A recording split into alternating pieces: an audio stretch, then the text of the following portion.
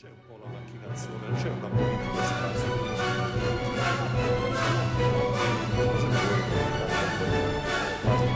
Bravo.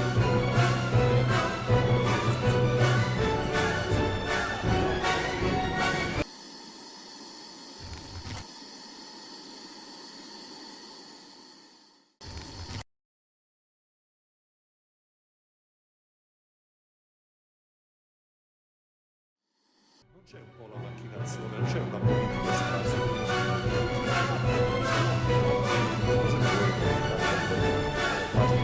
Bravo.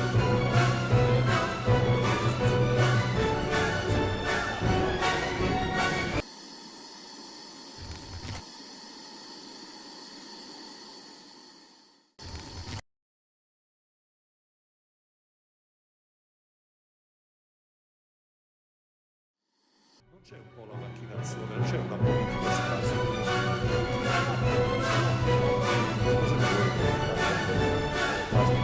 Bravo.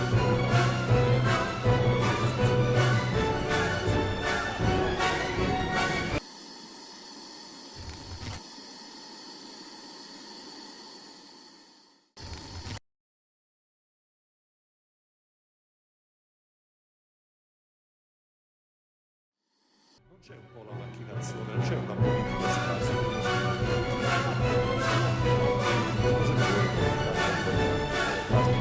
Bravo.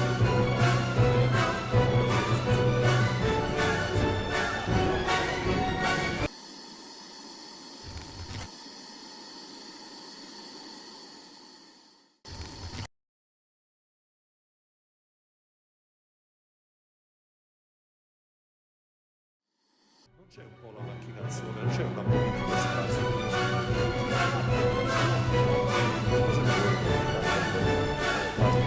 Bravo.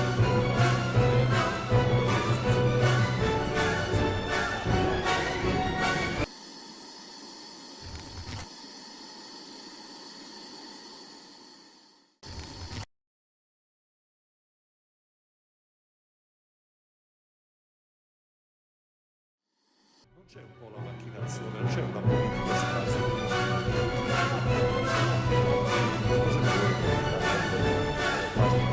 Bravo.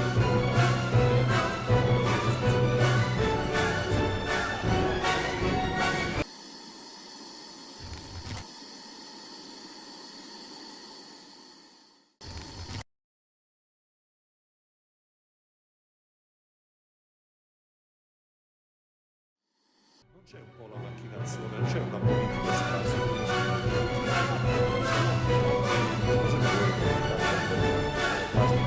Bravo.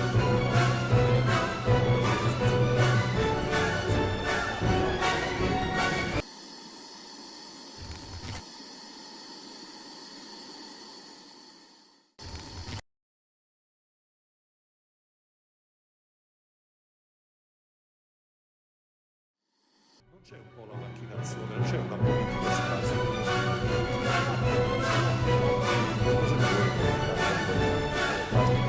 Bravo.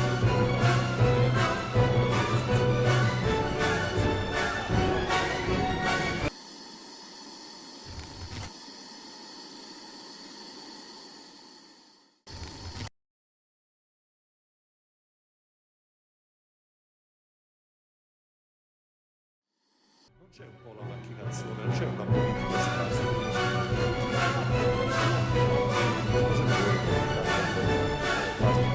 Bravo.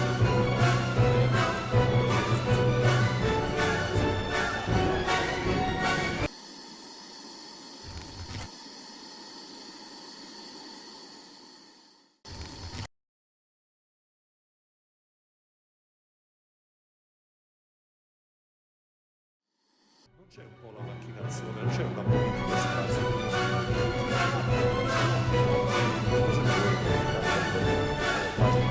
Bravo.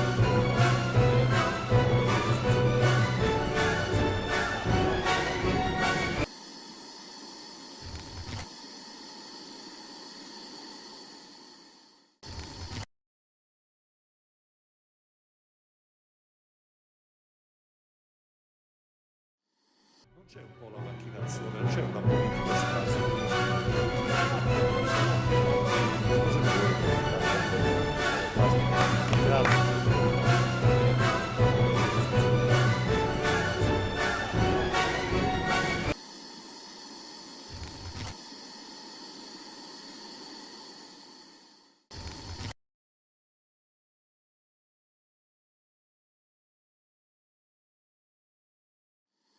Non c'è un po' la macchinazione, non c'è una politica scarsa.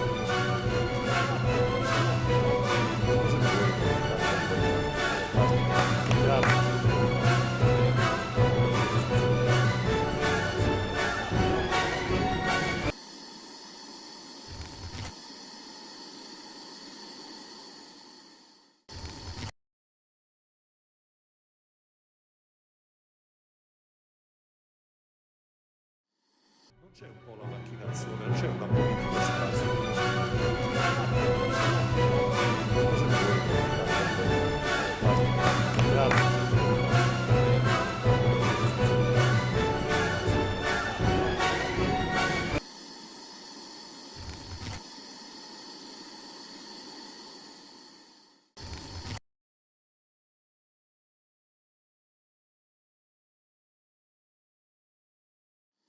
Non c'è un po' la macchinazione, non c'è una politica scarsa.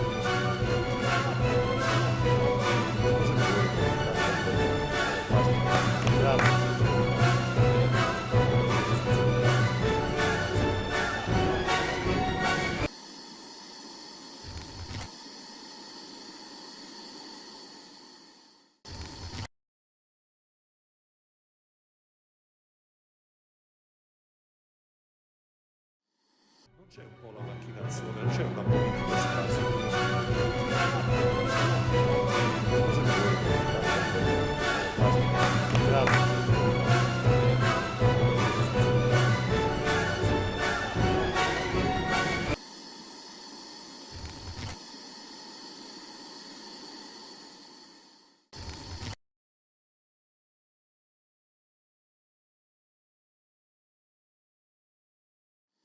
Non c'è un po' la macchinazione, non c'è una politica scarsa.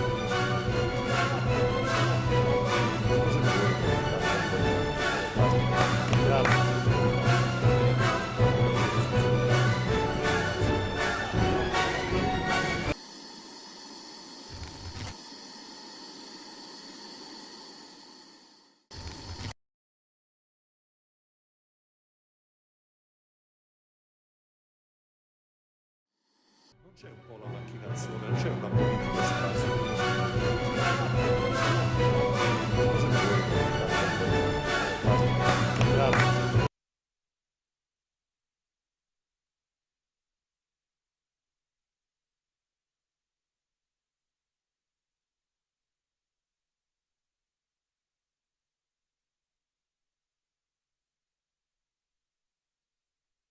Non c'è una politica scarsa.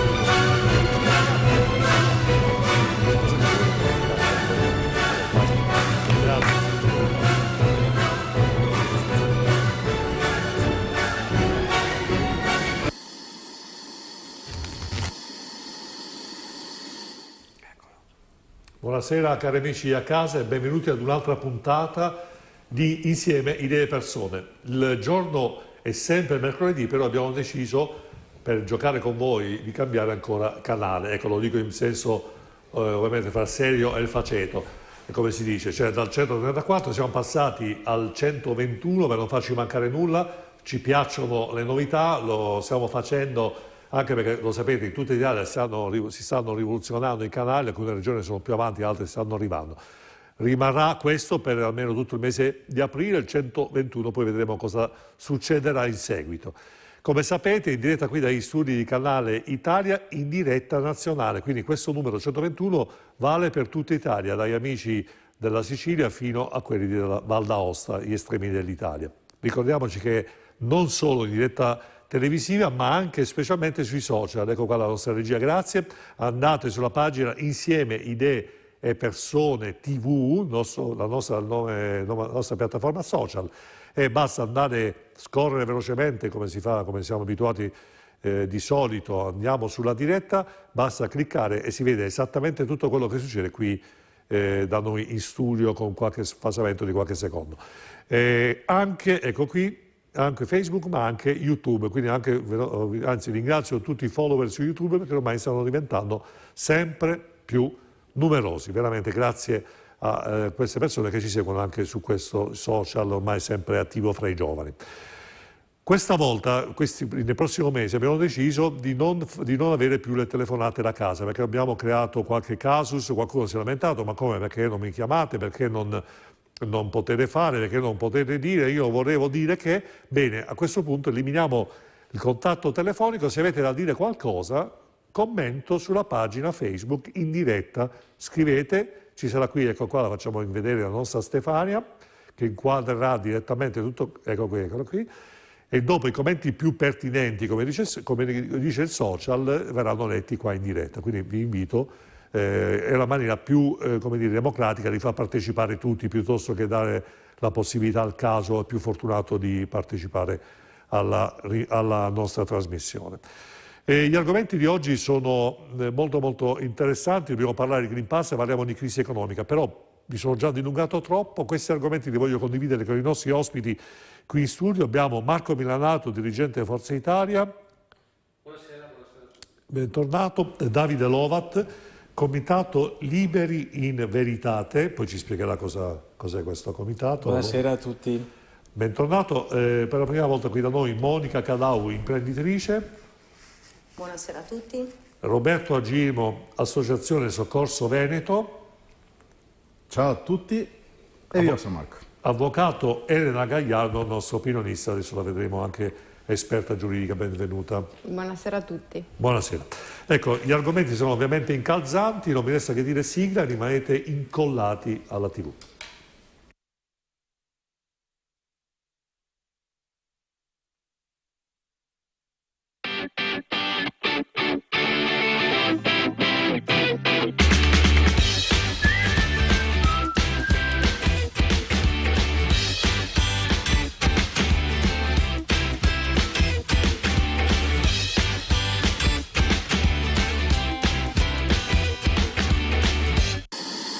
C'è un po' la macchinazione, non c'è una politica scarsa.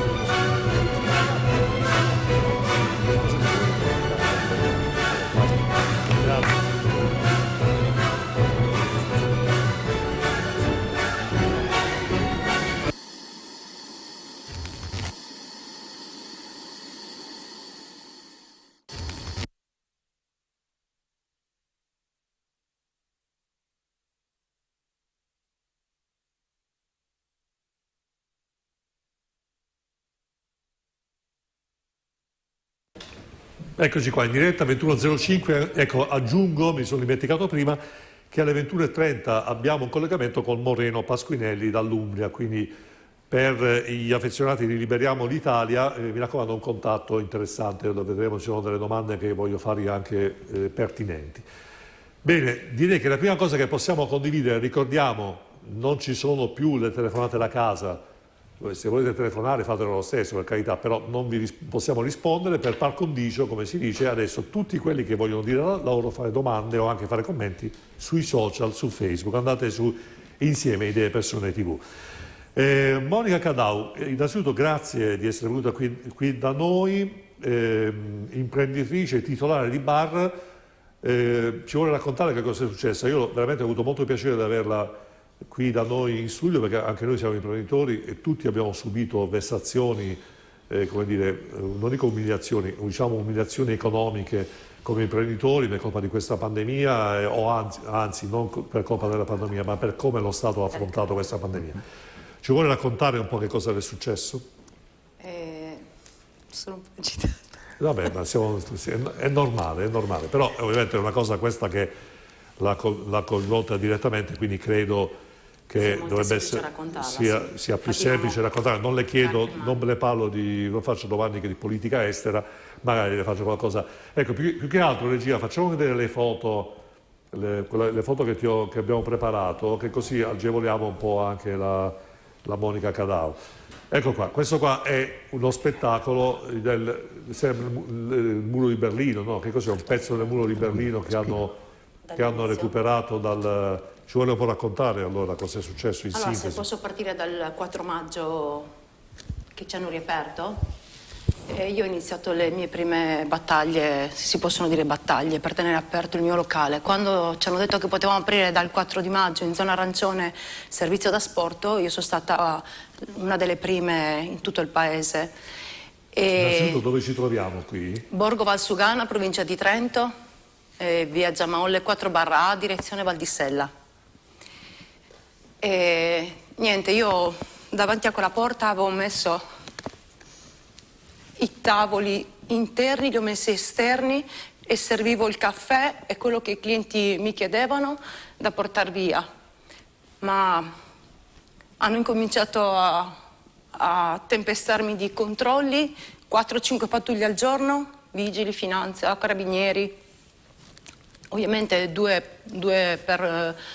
per macchina, quindi arrivavano 2, 4, 6, 8 carabinieri o comunque le forze dell'ordine, e questo ha continuato per circa tutto il primo anno. Quindi parliamo del 2000. Dal 2020? Allora, 2020 del 4 maggio. Sì. E mi hanno sempre come vessato, sempre Sì. vessato. E una sera infatti sono arrivati là tutte le forze dell'ordine con il capitano dei carabinieri dicendomi che stavo esagerando e che dovevo rispettare le regole, però il problema non è che io non rispettavo le regole, il problema è che io probabilmente ho alzato un po' i toni e a questo a loro non piaceva e li ho messi sui social perché per me era l'unico modo per dire voglio solo lavorare, voi non state facendo il vostro dovere da divisa, dovete comunque rispettare chi sta lavorando, voi state lavorando ma anche io non sto facendo niente di male. Ma qual era il contenzioso? È il contenzioso perché non rispettavo le regole, perché io gli dicevo che l'articolo 1 della Costituzione italiana c'è scritto Sì. Diritto al lavoro. diritto al lavoro. Ho capito, e quindi loro invece loro interpretavano come Una lotta tra me e loro, non era una lotta tra me e loro, io volevo soltanto dirgli non è una legge, non c'è una legge dove ci dice che non dobbiamo lavorare, non potete farmi questo, non mi potete togliere il lavoro, quindi siamo andati avanti, hanno continuato a fare multe su multe, per un anno intero anche 2-3 multe al giorno con ogni... Sì, prosegui. Fino ad arrivare all'anno scorso, anche sempre mi hanno incominciato a dire che dovevo chiudere, è arrivato il sindaco che mi ha detto che dovevo chiudere, che dovevo rispettare la chiusura di 5 giorni, ovviamente gli ho detto io non posso chiudere perché se chiudo non posso vivere. E quindi mi hanno lasciato un po' in pace e quest'anno al 7 di gennaio sono ritornati e lì hanno incominciato a mettermi paura perché mi hanno fatto capire con la loro prepotenza, si può dire? Sì, l'autorevolezza della Esatto, della polizia, divisa, insomma. esatto.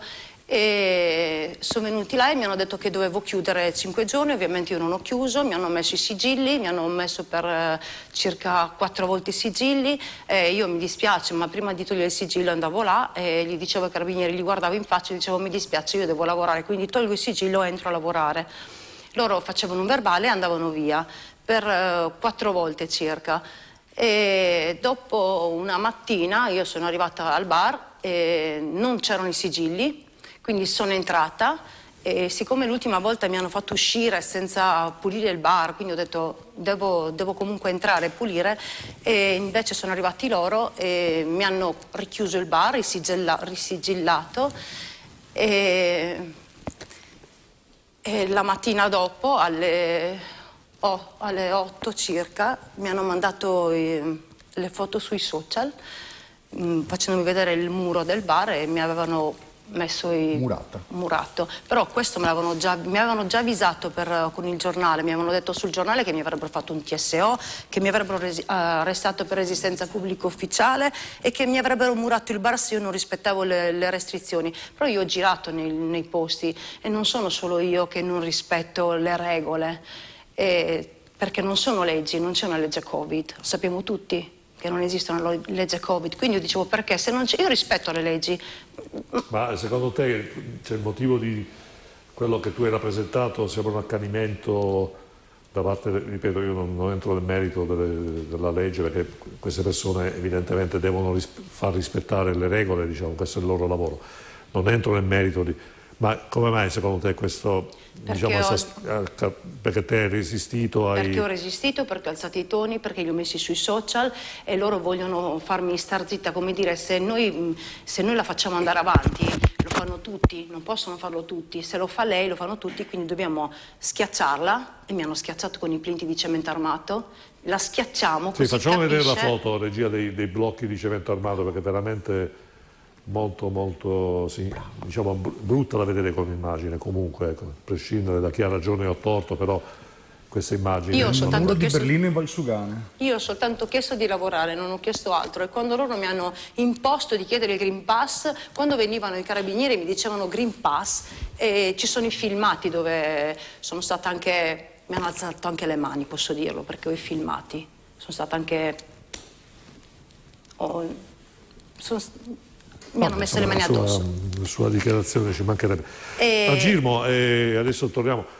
A Girmo, ma gli imprenditori non possono protestare, devono subire, no? Cioè devono subire passivamente, non alzare le mani, non fare rispettare le leggi. In una democrazia è giusto che l'imprenditore subisca, perché se alza la voce non siamo più in democrazia.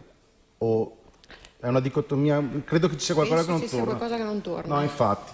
Ora, purtroppo Monica è l'emblema palese in assoluto di come lo Stato ha deciso di muoversi nei confronti di coloro i quali hanno un libero pensiero. Ora, partiamo dal presupposto che le assurdità si vedono tutti i giorni. Abbiamo situazioni dove tu puoi stare senza mascherina, anche oggi che in realtà lo stato di emergenza non c'è più, ok?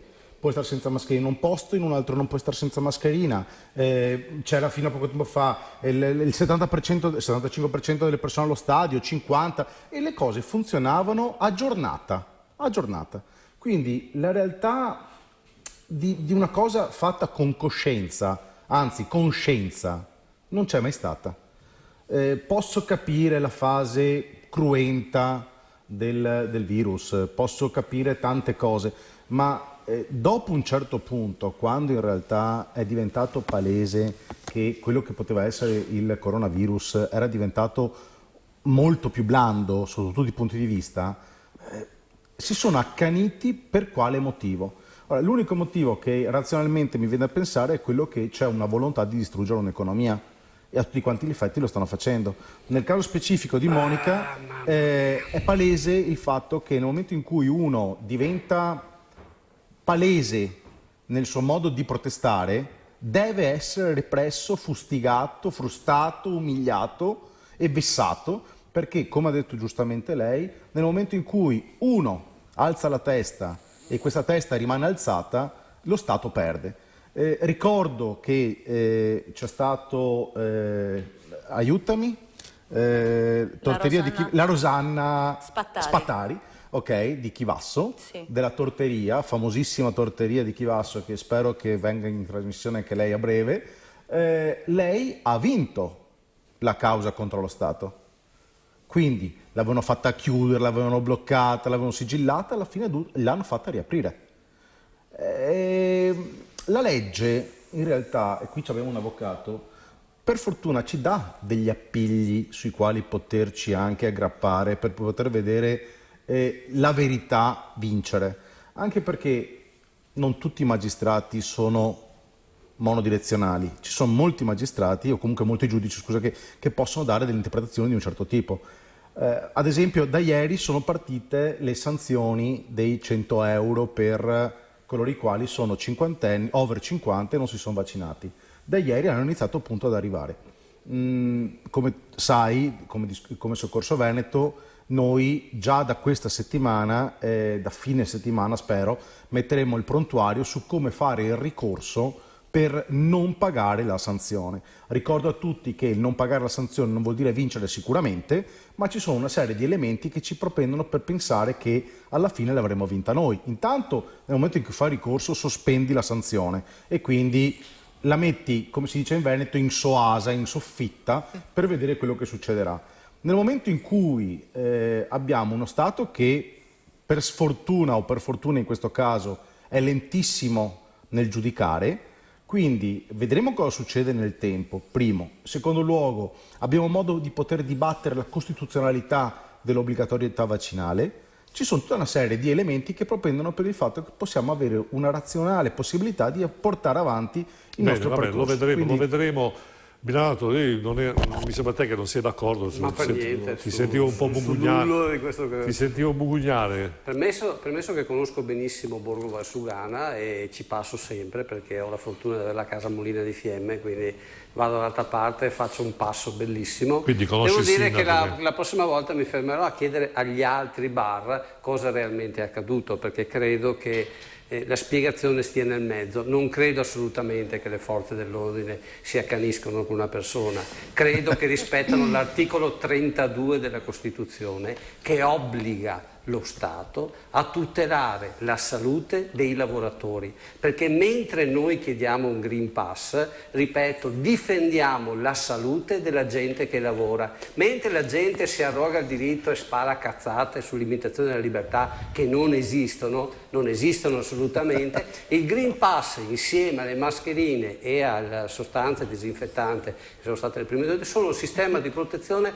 della salute dei lavoratori che la Costituzione obbliga gli amministratori ad applicare, e chi deve rispettare queste regole, ma è giusto che le rispettino, ma è un rispetto per tutti quelli che vivono nella comunità e per tutti quelli che sono nella comunità e per tutte le persone che vanno, lavorano, fanno e sbrigano. Articolo 32, leggiamolo riga per riga perché è una chiarezza unica. E se non viene applicato il Green Pass ai sistemi di protezione, la persona che si ammala dove non sono applicati i sistemi di protezione può fare causa allo Stato, e in questo modo lo Stato ha evitato una montagna di tasse. Per quanto riguarda il potere giudiziario, molto spesso in Italia il potere giudiziario è diviso dal potere politico. Il potere politico emana le leggi, il potere giudiziario applica le leggi, ma molto spesso il potere giudiziario si arroga il diritto di saltare di leggi e di fare le leggi che vuole lui. Ecco che arrivano delle sentenze che praticamente non esistono. Lei ce l'ha l'autorizzazione perché il Ministero della Salute, mi scusi se la interrompo, perché non può parlare in questa maniera. Non posso parlare. Il Ministero della Salute gli ha per caso dato nominativamente il permesso per poter chiedere un Green Pass? Lei ha fatto un corso, lei ha fatto un corso del potere politico, una che lei deve rispettare. Io rispetto quando è legge. E allora lo rispetto. Legge. Lo rispetto, non succede niente. La legge. Monica, No, la legge dice che lei deve controllare. Lanciamo la pubblicità, pubblicità. Lei non rispetta.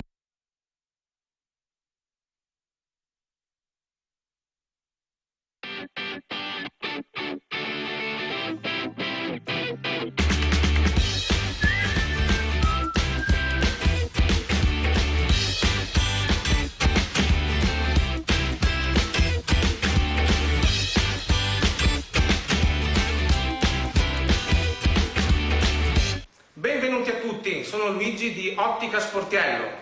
Da oggi troverete disponibili sul nostro shop online, sul sito internet otticasportiello.it, una nuova gamma di occhiali firmati e della nostra linea artigianale LF. O se vorrete potete venirci a trovare in negozio, siamo a Zero Branco, via Noalese 21D. E ricordate, Ottica Sportiello, vedi oltre il confine.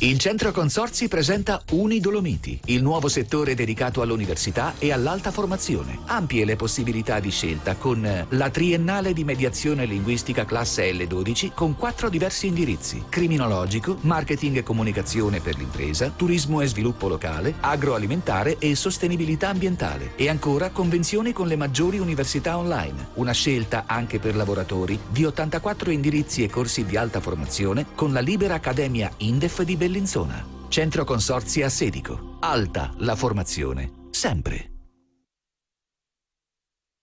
Di nuovo in diretta, vi posso garantire che qua è andata avanti la discussione, ovviamente ognuno porta le sue ragioni, rispettabilissime tutte e due, però ecco, bisogna avere come dire, la serenità di poter anche accettare uno che la pensa diversamente, questo vale in tutti e due i casi. Però a questo punto, visto che abbiamo un avvocato in studio, chiediamo un parere.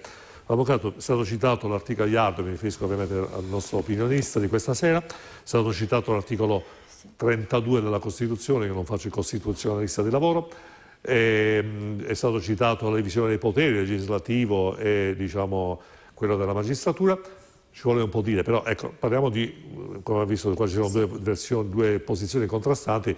Qual è il limite, ovviamente, il limite del rispetto, il limite del rispetto della legge, cioè quindi c'è un'ordinanza, c'è un decreto che vogliamo chiamarla legge, insomma comunemente detto legge, e ci sono persone che subiscono ovviamente, ecco, quindi qual è il limite, come fare per districarsi in questo ginepraio? Prego. Allora, l'articolo 32, per chi non ha il vezzo di leggersela la Costituzione in Italia, è proprio il diritto che tutela il diritto alla salute.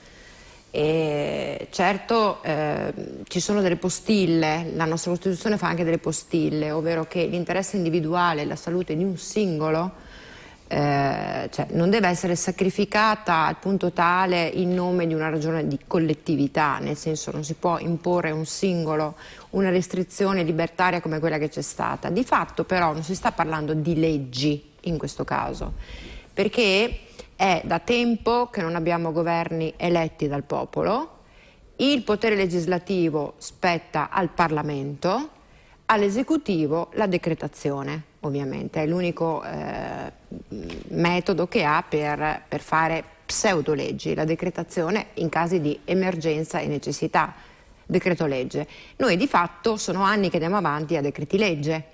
Se noi guardiamo bene, governi che non sono stati eletti dal popolo, quindi quasi delegittimati, visto che la nostra Costituzione, come è stata citata dalla signora poc'anzi, fonda appunto innanzitutto sul lavoro, e qui di lavoro ne scarseggia parecchio e tanta gente è stata privata dell'esercizio del proprio lavoro a causa del Covid, ma dà il potere al popolo. E con questa decretazione d'urgenza, se noi guardiamo bene, sarebbero tutti provvedimenti da disattendere, perché la legittimità io sinceramente fatico a vederla. Di fatto però hanno costretto e imposto regole che tutti abbiamo dovuto seguire. Perché dico abbiamo? Perché anche chi... Io non sono una Novax, lo premetto, però ho fatto il vaccino per il Covid, per una semplice questione di costrizione lavorativa. Io da avvocato mi era imposto di entrare in tribunale come avvocato solo con il Green Pass. Per il resto, uscire, non uscire, cioè io devo lavorare e solo questo strumento mi permetteva di poterlo fare. Se guardiamo bene, il Green Pass però non è uno strumento sanitario, che ne dica il ministro Speranza.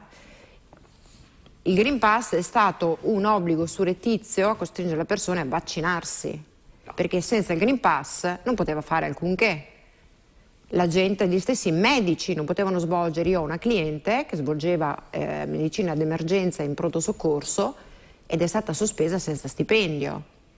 Poliziotti, forze dell'ordine, sospesi senza stipendio.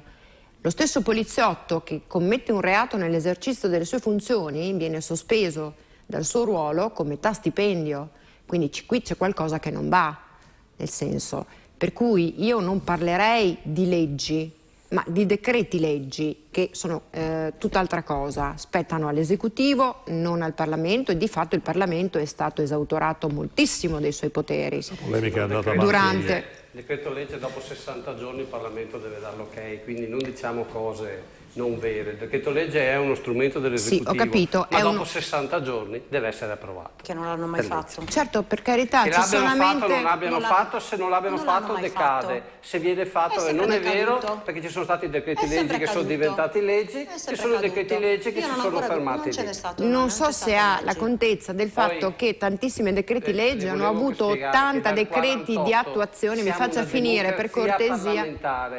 Se lei reputa che siamo ancora in una democrazia parlamentare, esatto, io la ammiro. Esatto. Perché, allora il popolo votano i partiti devono formare una maggioranza e dalla maggioranza nasce il governo. Quindi nessun governo viene eletto dal popolo, nessuno. Allora viene dipende dalla legge. Parlamento e il Parlamento è eletto dal popolo. Dipende dalla legge elettorale. Questo dal 48. Fatemi sentire Lovat, perché Lovat so che su queste cose può dire la sua. Sicuramente quello che ha detto l'avvocato Gagliardo c'è come concetto, lo Stato che con i famosi PCM di Conte, vi ricordate quando eravamo davanti al televisore in angoscia dalle 3 di pomeriggio fino alle 8 di sera nella speranza che potesse partire questa conferenza stampa con Casalino che faceva il direttore dell'orchestra. Peraltro, se mi permette, conduttore, tutti dichiarati dalla Corte Costituzionale illegittimi. Ecco, e ci sarà un perché. Ci sarà anche un perché, quindi abbiamo vissuto un momento in cui il Parlamento non esisteva più di fatto, cioè col DPCM tutto, anche se questa cosa non ti piace sentire. Io non voglio difendere il governo Conte perché è stato un disastro assoluto. Per fortuna che abbiamo io non difendo nessun governo, valuto Conte è stato un disastro senza limiti. Davide, abbiamo parlato un po' di argomenti tecnici, giuridici, quindi... Io invece finora ho taciuto, quindi prendo la parola adesso volentieri. Allora, partiamo da un fondamento quando si parla di diritto. Il diritto, ius, affonda nella giustizia, iustum. Sì. Altrimenti rischia fortemente di diventare arbitrio. Allora, uno dei principi fondamentali della filosofia del diritto è che una legge ingiusta non è nemmeno una legge, ma è corruzione della legge. Questo in generale, per cui qualora ci fossero delle leggi ingiuste, sto parlando qualora ci fossero delle leggi ingiuste, è dovere di ogni cittadino sovrano disobbedire. Secondo il principio di giustizia, che prevale su quello di diritto. Altrimenti voglio ricordare che i campi di concentramento in Germania sono stati fatti secondo legge e rispettavano la legge i vari capò, i vari gerarchi e tutti quelli che hanno dato luogo a quelle persecuzioni, ma in generale nella storia le peggiori persecuzioni sono sempre state fatte a norma di legge. Aggiungo sull'argomento che in pratica quando c'è stato il processo di Norimberga queste persone hanno detto ho seguito la legge per giustificarsi, per dire insomma. Ecco. E anche altro che però ci porterebbe fuori discorso che sarebbe molto interessante. Però dal momento che poi abbiamo citato l'articolo 32, ecco io ce l'ho qui davanti, no? Non va dimenticata che nella Costituzione non va dimenticato che gli articoli vanno letti tutti fino in fondo. Certo. Per esempio l'ultimo comma dice la legge non può in nessun caso violare i limiti imposti dal rispetto della persona umana. Ora la nostra Costituzione ha anche una gerarchia interna, perché ci sono i primi 12 articoli che sono i principi fondamentali che in linea di massima prevalgono su quelli successivi. Questo è il 32, siamo diritti e doveri dei cittadini, ma nei principi fondamentali abbiamo l'1, il 2 e il 3, invito tutti a leggerli perché sarebbe lungo, che sono stati reiteratamente violati da degli abusi normativi durante i 2 anni appena trascorsi. Il lavoro dà dignità e rispetto alla persona umana. Non a caso è il primo articolo che ne parla. La nostra società è fondata su questo. Nel momento in cui io subordino le libertà fondamentali a dei parametri stabiliti neanche per legge, ma con decretazione d'urgenza o addirittura provvedimenti amministrativi interni al governo, come con i DPCM dei governi Conte, io commetto una sospensione della democrazia anche dal punto di vista giuridico-costituzionale. È inutile dire di no. Il Green Pass è un abuso della democrazia inaccettabile perché subordina quelli che sono dei principi fondamentali della convivenza civile a dei parametri stabiliti da un comitato tecnico-scientifico nominato di comune accordo con un governo che sì è stato formato da maggioranze parlamentari, ma in base a una Costituzione che prevedeva, quando fu scritta, la legge proporzionale. La legge elettorale attuale, con le alleanze col maggioritario parziale che c'è, una legge che fa schifo dal punto di vista della democrazia, prevede questi continui conflitti in fase elettorale che poi vengono invece cambiati, camuffati in fase parlamentare. Per cui il popolo, lo dico a chi ascolta da casa, ve ne rendete conto che ci stanno prendendo per il culo da 10 anni, comunque vada, governa sempre il PD. E ci sarà un motivo, è perché la legge elettorale è fatta apposta, perché chi conosce i meccanismi della formazione delle liste bloccate mette i propri uomini nei vari partiti in modo che poi dopo facciano le maggioranze in Parlamento. Chi non ha capito questo è bene che si occupi di altro. Sì, perché ormai diciamo che questa cosa è abbastanza evidente, quello che ha detto Lovat è abbastanza evidente. Un inciso soltanto, sì, breve, che così sentiamo. Sì, dato che Milanato è di Forza Italia, vorrei ricordare chi sono gli esponenti di Forza Italia. Sì, mi dica, il ministro, quello basso, non mi ricordo il nome. Il genio, il più bravo di tutti. Okay, non facciamo discriminazione. No, non mi ricordavo il nome, ho detto quello basso per capire. Il più bravo di tutti, impari che ha da imparare. Ma tanto... Pubblica I amministrazione. tamponi... Dichiarazione di Brunetta: i tamponi sono un costo psichico e monetario. Aumentando il costo si riduce lo zoccolo dei non vaccinati e si riduce secondo lui la riduzione del virus. Allora, in un video bellissimo Brunetta faceva anche la mimica dicendo gli ficchi quel robo lungo su. Ora, dove specificava che non era una misura sanitaria ma era una misura coercitiva vessatoria. L'ha detto il ministro Brunetta di Forza Italia. Questo ministro rappresentato dal signor Milanato. Esattamente quando lei entra con un caschetto in ambiente di carichi sospesi, entra con il Green Pass. Il Green Pass è un sistema di protezione, di sicurezza sul L'hanno posto detto tutti che non è un sistema Non so se abbiamo in collegamento altro punto abbiamo abbiamo in collegamento. Che non sapevo che ci fosse una classifica abbiamo in collegamento Pasquinelli. Adesso ha imparato, dato che io queste cose li insegno. No, tutte le cose non c'è classifica. Parliamo dopo, sentiamo Pasquinelli. C'è in collegamento Pasquinelli, mi sente? Sì, io vi sento, lo puoi sentire? Ecco qua. Buonasera, benvenuto Pasquinelli. Liberiamo l'Italia, anzi grazie della disponibilità perché so che lei è sempre super impegnato, dall'Umbria, giusto il collegamento. La prima domanda che volevo farle, Pasquinelli, Green Pass come strumento, ormai si è capito come strumento, ne parlavamo proprio Fatalità qualche secondo fa, come strumento ormai di controllo, usiamo questo termine, piuttosto che di strumento sanitario. Ecco, prendiamo l'esempio, volevo proprio condividere con lei, l'esempio di Bologna e di Fidenza che hanno già elevato il livello del Green Pass non come strumento ma come strumento di buoni, già cominciamo con i cittadini buoni e cattivi. Pasquinelli. Sì, adesso avevo seguito solo qualche istante la vostra trasmissione perché ero impegnato in un'altra call. È evidente che il Green Pass è ben oltre, no? Ammettiamo adesso la buona fede che fosse anche uno strumento di tutela della sanità pubblica, però è evidente che sta diventando già qualcos'altro, in Italia soprattutto, che è un po' apripista di un tentativo probabile di adottare un modello da reddito sociale cinese, cioè io digitalizzo tutto, trasformo le persone in codici alfanumerici, cioè QR code, e poi siccome ho tutto digitalizzato grazie all'intelligenza artificiale posso avere un sistema di sorveglianza che mi consente non solo di dare i punti o di togliere dei punti, ma di capire e di, come posso dire, punire le persone che violano questo o quel protocollo. Oggi è sanitario, domani potrebbe essere fiscale, dopodomani potrebbe essere, come succede in Cina, siccome è protestato perché magari ti dicono che devo demolire il quartiere, io ti faccio perdere 250 punti e tu non hai più la possibilità di salire su un treno, di andare in aereo e c'hai addirittura il conto corrente della banca bloccato. Ora, a pensare male si fa peccato, ma qualche volta ci si azzecca.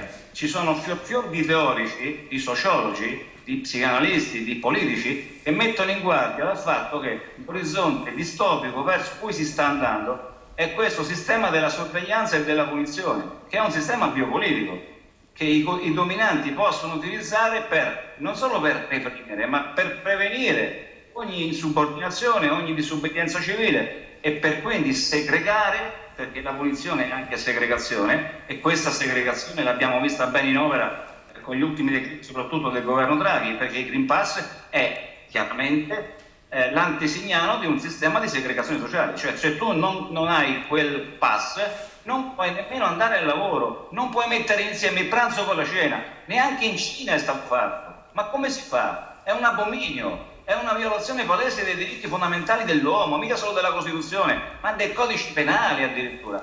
Quindi che cosa vuole che le dica? Penso che tutto il movimento di protesta che in questi mesi, no, il riflusso è stato così tanto importante, perché è l'Italia che ha compreso, che ha una coscienza civile, che ha una coscienza democratica, e pensare che ci hanno dato del fascista, dei qualunquisti, dei populisti. Noi siamo l'Italia migliore, perché stiamo mettendo in guardia anche coloro, e non ce l'abbiamo certamente con i cittadini che hanno fatto 3 dosi, 2 dosi, li stiamo mettendo in guardia, e in gioco c'è il destino, il futuro della democrazia e dei diritti in questo paese. E quando uno ha il potere e ottiene, tenta una forzatura e non c'è risposta popolare, non c'è protesta, non c'è indignazione, passerà a un passo successivo.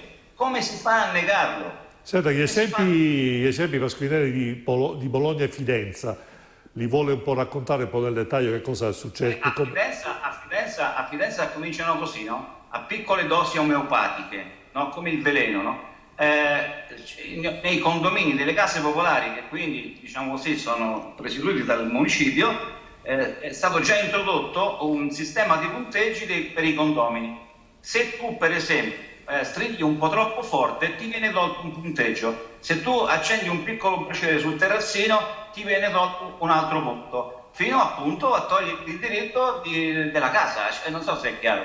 A Bologna addirittura il tentativo è ancora più pericoloso, però è in itinere, diciamo così, no? È proprio una specie di protocollo per capire i cittadini se rispettano le regole, esattamente come avviene in Cina, per cui sei protocollato se passi col rosso, se getti un pezzo di carta straccia per strada, fino al punto che la digitalizzazione e l'intelligenza artificiale consentono in tempo reale, come avviene in alcune città della Cina, non piccole città, città di milioni. Ci sono grandi schermi luminosi in cui vengono messe le facce dei cittadini che hanno violato una data regola sociale. Quindi quella è una società confuciana. Io non la condivido quella società, non condivido quell'autoritarismo, ma qui sarebbe una forzatura che in confronto penso che il regime fascista, voglio dire, impallisce. Ecco, senta, le faccio vedere una foto. Ecco, facciamo vedere la foto, quella, non, ecco, regia, quella delle proteste che ci sono state ad Arezzo ecco qua, mi pare che è lei lì con il cartello, se non sbaglio. Ecco, no, non sono io, sono i nostri amici di Arezzo. Ah, perfetto, ci vuole un po' spiegare che cosa è successo, perché anche questo è un caso un po' particolare, no? Qui siamo veramente ormai al paradosso totale, siamo alla farsa, no? Dopo la tragedia. Allora, il preside di questo istituto, che è vicepresidente dell'Associazione Nazionale Presidi, badate bene, ha paragonato i docenti non vaccinati, no Green Pass, a evasori fiscali e a delinquenti. Non so se è chiaro. Nonostante che dovrebbe tacere, perché questi insegnanti che sono stati riammessi dal primo aprile vengono segregati dentro il plesso scolastico, segregati, capisci? E umiliati, che non possono accedere nelle classi, non possono entrare in contatto con i loro alunni. Siamo a un regime, siamo a uno stato di polizia nascente. Dobbiamo ribellarci con tutti i mezzi. Ecco, torniamo in regime. Quando il potere viola le leggi, i cittadini hanno il diritto di farsi loro tutori della legge e del rispetto della Costituzione e delle leggi e dello stesso codice penale, oso dire. Vabbè, ecco, ok. Senta, siamo agli ultimi minuti. Ovviamente queste sono le idee, qualcuno ovviamente non sarà d'accordo, ma ovviamente qualcuno invece lo è. Ma come cioè adesso, a prescindere dal caso di Bologna e di Fidenza, quello che mi fa preoccupare, poi magari questa domanda la continueremo con gli altri ospiti, è che stanno tornando le interviste sui giornali ai virologi. Ecco, ogni giorno ne viene fuori uno, io non so, forse sono limitato io, non li conosco tutti. Ecco, continuano, cioè virologi, infettivologi, chi ne ha più ne mette. Ecco, ogni giorno stanno continuando queste interviste quello è positivo, quello è negativo, bisogna vedere se poi com'è la situazione per togliere le mascherine. Quindi come la vede cioè, concretamente in prospettiva, perché qua si parla di quarta dose, quinta dose, bisogna farla, è meglio che la fate, no, gli over 80, no, gli over 65, cioè veramente ogni giorno ce n'è una. Sì, adesso qui potremo entrare nel merito, diciamo così, anche delle differenze tra epidemiologi e virologi. Vabbè, soprassediamo. Mi pare che ci sia un dato. Posso? Sì, prego, sì. Mi pare che ci sia un dato di fondo. Non ci soffermiamo a guardare il dito quando il dito indica la luna. Qui siamo dentro un tentativo di grande reset della società, dopo la lunga crisi del neoliberismo, in cui ci vogliono far credere che la politica è inutile, perché con l'intelligenza artificiale e la tecnica possiamo amministrare in modo ordinato, impeccabile e infallibile la società. Questo è l'obiettivo di quelli che teorizzano il grande reset, ok? Portarci dentro un regime compiutamente tecnocratico. Qui arriva il ruolo della scienza e degli scienziati. Gli scienziati sono i nuovi sacerdoti, no? Voglio dire, i nuovi druidi di questa nuova, come dice, religione magica, perché la scienza risolverebbe tutto. E questo è un dato pericolosissimo. Qui ci porterebbe a una discussione di carattere epistemologico e filosofico, che questa non è la sede ovviamente. Quindi contro questa mitizzazione della scienza bisogna combattere, perché alla fine anche la scienza deve seguire le decisioni politiche. Dentro ogni decisione apparentemente solo scientifica c'è una decisione politica. Hanno giustificato misure politiche gravissime in nome della scienza. Poi possiamo discutere se erano effettivamente scientifiche o no, ma ammesso e non concesso che una data terapia possa avere, come posso dire, un'evidenza scientifica positiva, ha un impatto sociale, ha un impatto politico. Bene. E stiamo trovando un regime politico totalitario sulla base della narrazione del potere magico della scienza, cioè dello scientismo. Questo bisogna stare molto attenti, molto attenti. Posso fare due domande? No, aspetta un attimo, Renato. Liberiamo l'Italia, che obiettivo si pone nei prossimi mesi? Perché poi ci sono ovviamente le politiche, bisogna ricordarlo, fra un anno, marzo, aprile, maggio dell'anno prossimo. Ecco, che obiettivo si pone a breve? La ringrazio per questa domanda, perché la nostra cifra è stare nei movimenti, stare in mezzo ai cittadini, tra gli umili, tra i nuovi oppressi della distopia tecnoscientifica. Questo è il primo punto. E ovviamente ci sono le elezioni, lo sappiamo. La nostra proposta è che se riuscissimo ad unire dentro un processo costituente, dentro una soggettività confederata, tutte le forze che si sono espresse nelle piazze, quindi i movimenti no Green Pass, tantissimi in tutta Italia, migliaia e migliaia di attivisti che hanno fatto un salto di maturità politica spaventoso in un anno, insieme a questi piccoli partiti, anche che vengono dalla storia del sovranismo costituzionale, quale Liberiamo l'Italia è, noi dovremo ottenere un successo strepitoso e far tremare il palazzo. Guardi, noi non ci nascondiamo, l'obiettivo è cacciare questi sicofanti e questi, come posso dire, impostori del governo. Il nostro obiettivo è governare il paese. Noi non vogliamo solo stare a strillare dei e fare l'opposizione. Entro qualche anno dobbiamo mettere in sicurezza il paese. Questi scellerati avventuristi ci stanno addirittura portando una guerra contro la Russia. Quindi dobbiamo salvare questo paese. Per salvarlo occorre il governo. Noi dobbiamo costruire un fronte ampio, pronto ad andare al governo di questo paese.